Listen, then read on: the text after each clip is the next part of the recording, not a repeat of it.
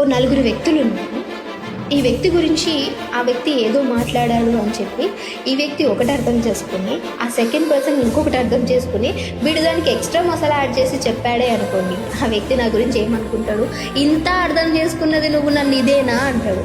కానీ ఈ నలుగురు వ్యక్తులు ఇలా అనుకుంటున్నారు కదా, అసలు వెళ్ళి ఈ పర్సన్ని అడుగుదాము ఏంటి అని వచ్చి నన్ను అడిగితే నేను చెప్తా కదా నీ గురించి ఏమనుకున్నాను అని. అలానే చాలామంది కూడా వాళ్ళ రిలేషన్షిప్లో చాలా అనుకుంటూ ఉంటారు.